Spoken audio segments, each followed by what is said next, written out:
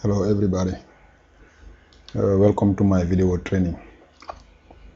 Today I'm going to talk about setting up a CISCO switch. If you are new to CISCO, I can understand how it can be frustrated to connect network devices, especially if you don't know where to start. So this is the reason why I make this video. I'm going to show you how you can have your CISCO switch up and running in no time.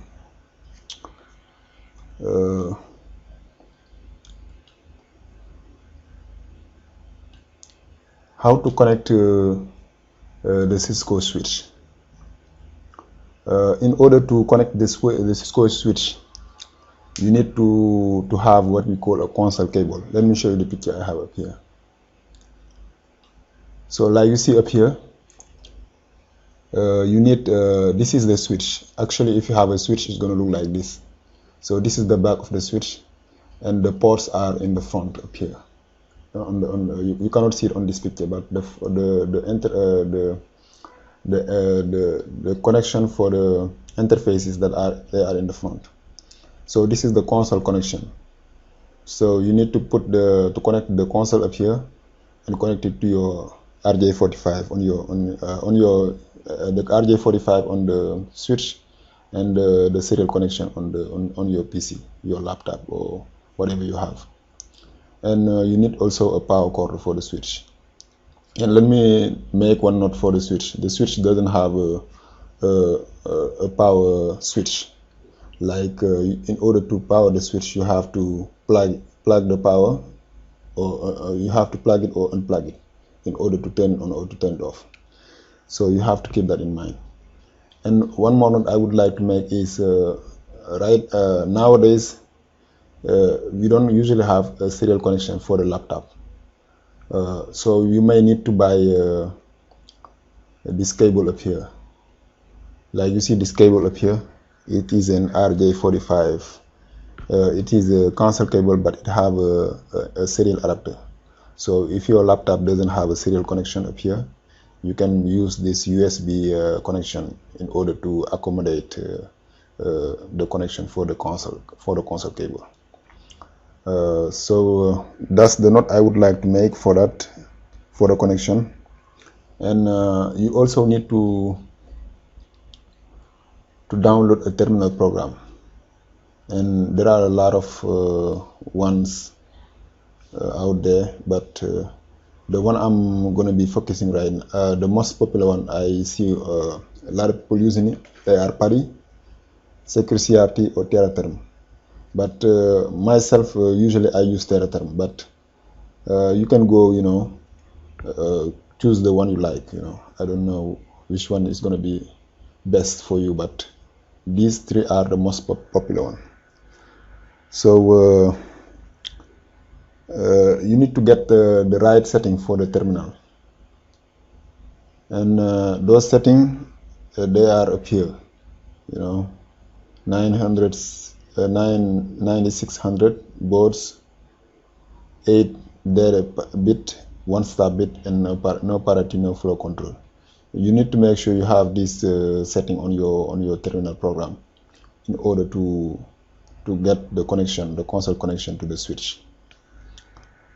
So and one more what I would like to make, one more note I would like to make is when you start the terminal emulation, I mean, you have to start the terminal program before you start the switch. So in order to see how the power on self test work, otherwise you're gonna miss something on when the switch power on. If you don't have this terminal program open, you're gonna miss something. So you have to make sure the terminal program is running first before you power your switch on. So right now I'm gonna go to my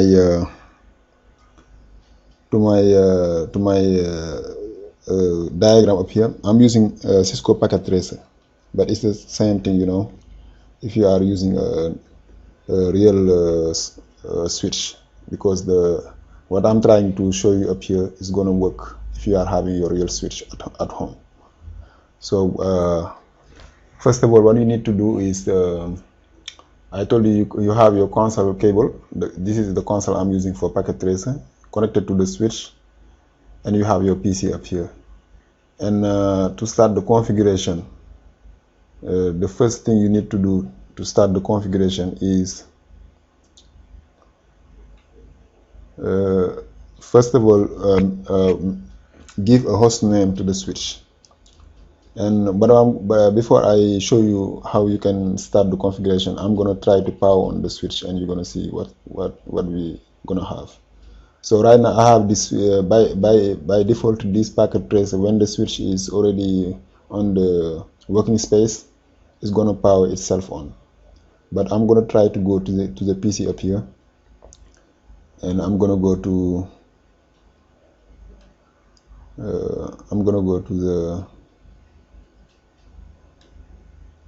the terminal up here, and you see this is the setting I was trying to tell you. This is what you have to have, the right setting, in order to connect to the switch. And now right now up here, you see up here it say let me move it there. You see up here the switch is on. So what I'm gonna do, I'm gonna go and reload the switch. So you're gonna see what's gonna happen right now when the switch power on. Reload the switch,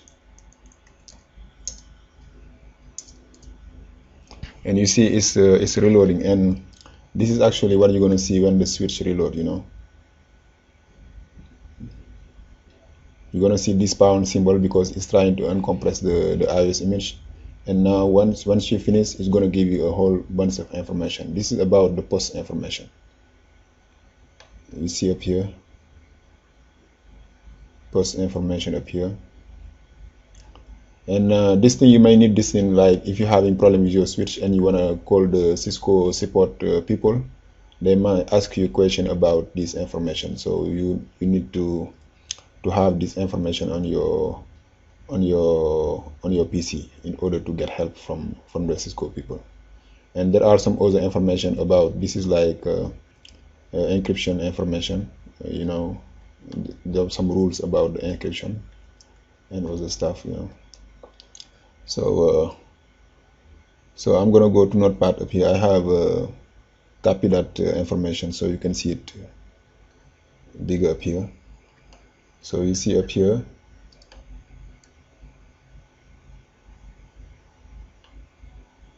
let me make it bigger.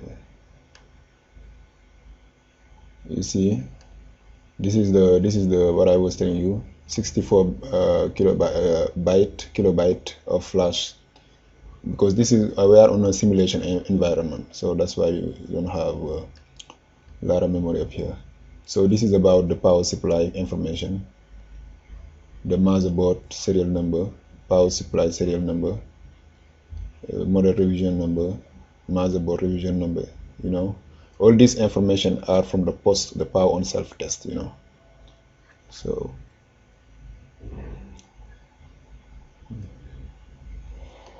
So what happened is, right now I'm gonna go back to the switch up here.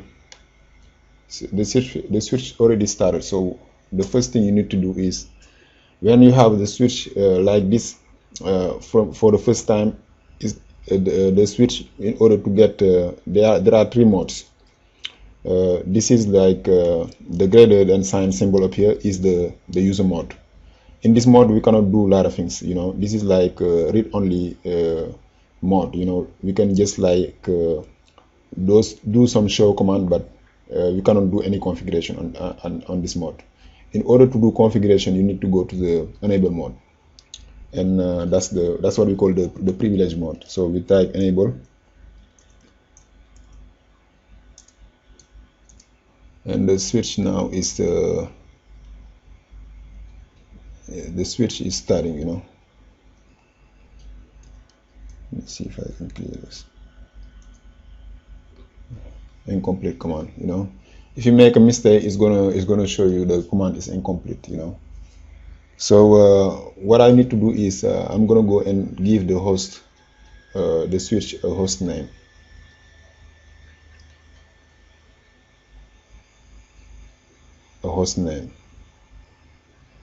So host name, you can give any name, you know, you want. Host name, I'm gonna call it my switch.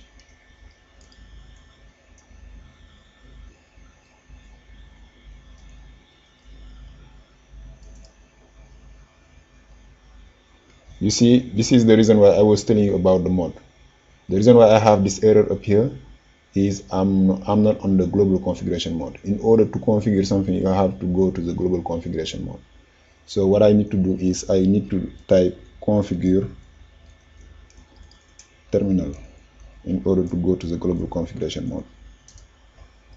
And now I can type host name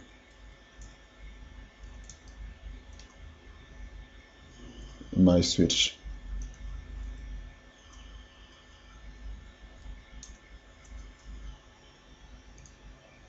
And you see now the switch is gonna change to my switch up here. And let me try to clear this up here.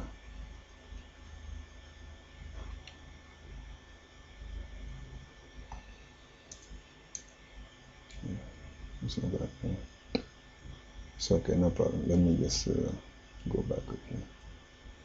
So I already assigned the host name, and the next step is to assign password and telnet for the console, password for the telnet and for the console, you know. And in order to do that, we need to provide a password, like a secret password. That's what we call. The command is enable secret. And you can choose a password. I'm going to choose in this case Cisco. Okay. And now for the telnet password, you have to go to line VTY. Line VTY. We can do, because we have if you use, and one more note I would like to make is when you are working on the configuration for the switch, always use the question mark as a help system, you know, because if you are stuck with the command, just press question mark and it's going to show you the next thing next syntax you need to type.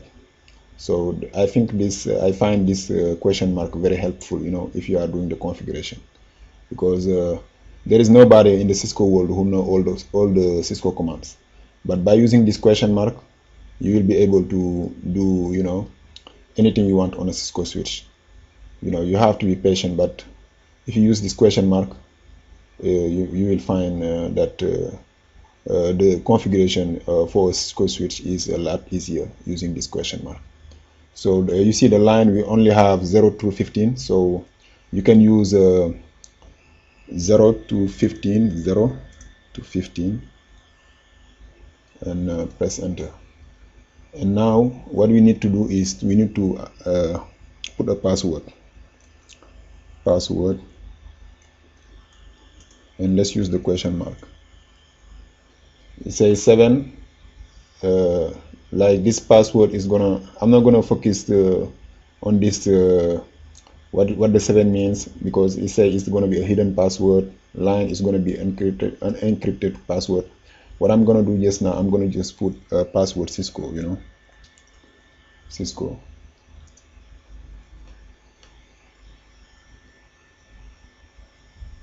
And one more note I would like to make is I'm gonna put logging, because if you don't put logging, you will not gonna be able to do telnet on this device. So you need to put logging. And now the next step you need to do is to the line VTY for remote access. Actually, I think I already did, I did that with the password. So what I'm gonna do right now is I'm gonna do the line console, because I didn't do the password. I'm gonna do the line console. I'm gonna exit, and the line console is line console 0. That's what you need to type, and do the password password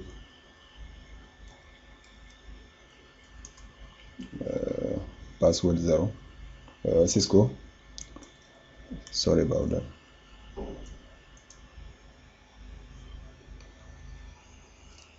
And I think we are done with the password.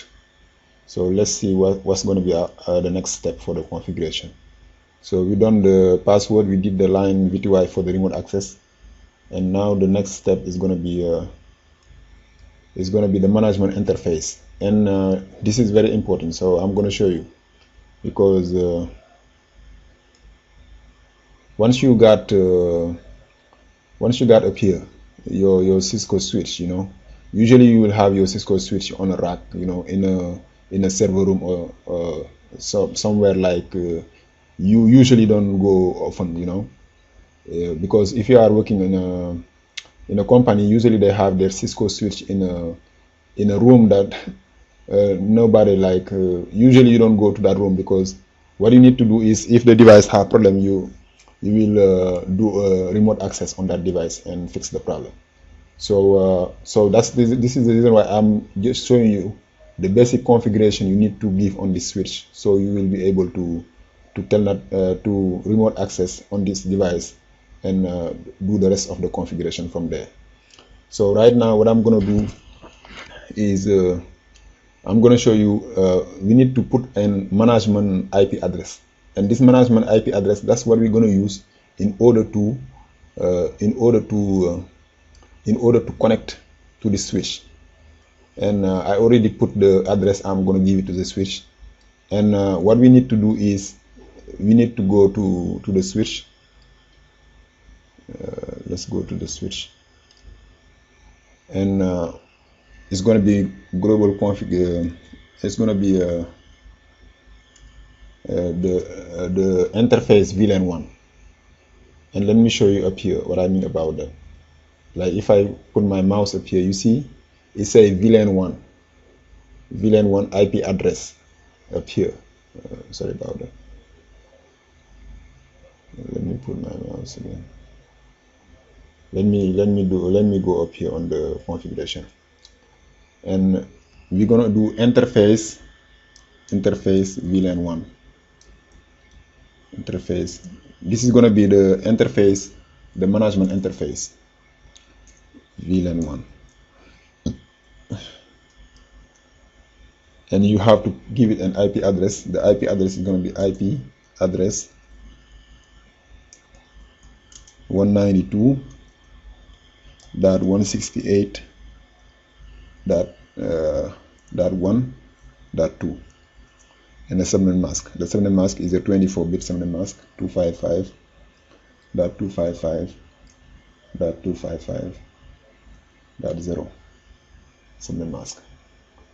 So, and press enter, and you have to do the no shutdown in order if the interface is shut down. No shut, and that's it, you know. So let's go back to our presentation. So the management interface IP address.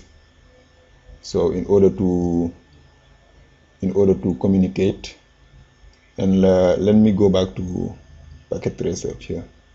And once you give the IP address and you do your telnet configuration, the reason why I add this router and this PC on this diagram, because I want to show you the importance of that management IP interface. So from this PC right now, let's imagine this PC, you are far away from this switch, you know, and they call you and they say this switch have a problem, you know. or you want to do the rest of the configuration using this PC. So what you need to do, you can telnet from this PC to this switch up here, you know. So what I'm gonna do right now is I'm gonna go to the switch. I'm gonna try to telnet to see if the telnet is working. I'm gonna open up a command prompt and I'm gonna do telnet 192.168.1.2. It's trying to telnet. Let's see if it's gonna work.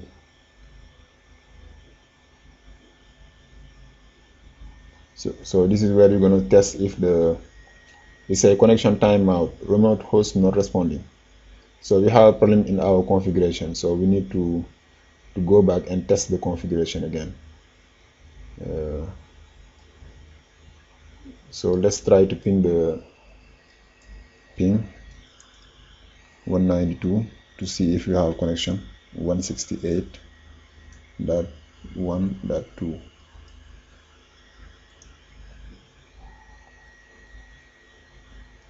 and you see the ping is failing. And the reason why this is very good, so you can understand how the process works. The reason why we don't have connectivity is I forgot one more command. So I'm going to show it to you right now. The command is from the global configuration mode. It's the IP default gateway, because we forgot to give the switch a default gateway. IP default gateway. And it's gonna be, the gateway is gonna be 192. Let's go in this diagram up here and check. The default gateway is gonna be this route IP address. And if you see, I put that one up here. That means this one, this route, this interface, and this switch are on the same network. So it's gonna be 192.168.1.1. So I go back up here and I do IP default gateway 192.168.1.1 and press enter. And let's go back and try to do the telnet again. Let's start with the ping first. The ping.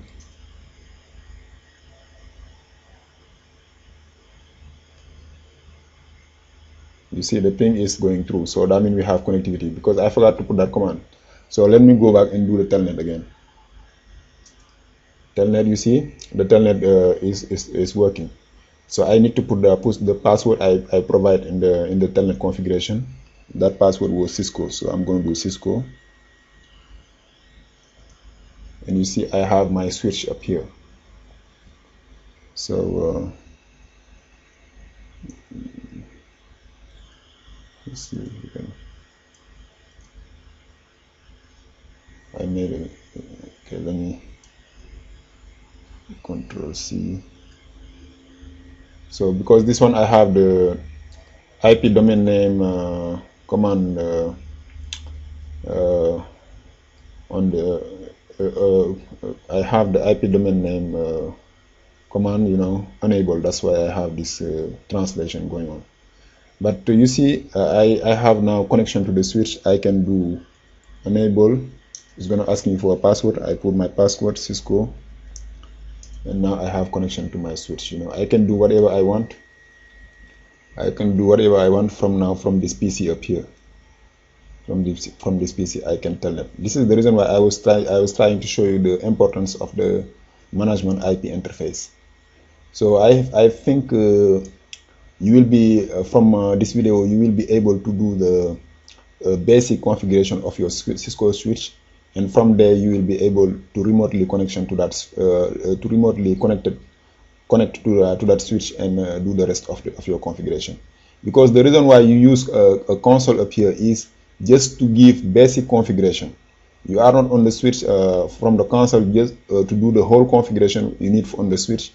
This is just like to give basic configuration on that switch, and from there you will telnet to the switch and do the rest of the configuration. A lot of people do it that way, and I hope this video will be informative to you and will help you understand the initial configuration of a switch, of a Cisco switch. So I would like to thank you for watching, and I will see you for my next video. Thank you.